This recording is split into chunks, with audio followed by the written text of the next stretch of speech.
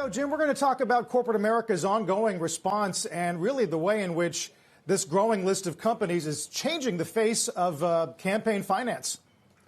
Look, the more we learn about what happened Wednesday, the more we understand that it was even more violent of our principles as a nation. And one after another, companies are realizing, look, we got to just stay away from anything that would fund an attempted coup, a putsch, an insurrection. That's how they view it, by the way. And they know that that's going to alienate their customers. I don't necessarily think that there's very high-mindedness here. I think there's just a recognition that Wednesday became a third rail. And political donations that go to someone or anyone that ends up supporting insurrection is not good business. Yes, there are people at every company that actually feel with their heart what a united country could be if they get involved. And this will unite the country more, I have to believe. But I think the Wednesday nadir is forcing a lot of people to really soul search about whether they're ruining their business if they're throwing money at the people who want to cause an insurrection. Right. Do you think it results in a wave of boycotts from either side? Is there earnings liability from being forced into taking a stance like this?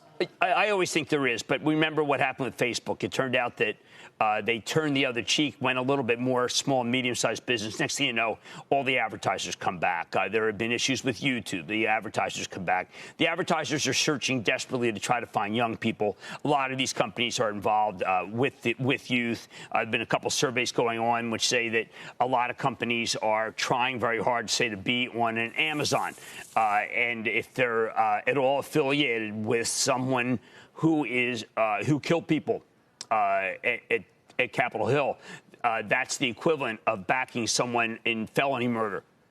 Felony murder being something that makes everybody involved culpable. I think that this is a revolutionary thing because companies are recognizing, wow, maybe we were in bed. Maybe we helped a lot of people who had organizations that tried to storm the Capitol. And while it is absolutely true that there were senators and representatives who still voted in favor of believing that the election was a big lie, the advertisers and the companies that are pulling out recognize, wow, it is going to really taint our brand if we continue to find that we may have backed organizations that favored overthrow of our nation. Right. It goes beyond, of course, campaign contributions, Jim. PayPal taking down sites that raised funds for people who went to the attack. CRM, we still don't know exactly how they have taken action against some ways in which the RNC uses the platform and the technology, but that's something that we are reporting this morning as well. Yeah, I mean, I think that Salesforce is a little bit opaque. I think they'll come out with more of a clear view. Mark Benioff has always thought about these issues well ahead in advance of any of the companies that we're talking about.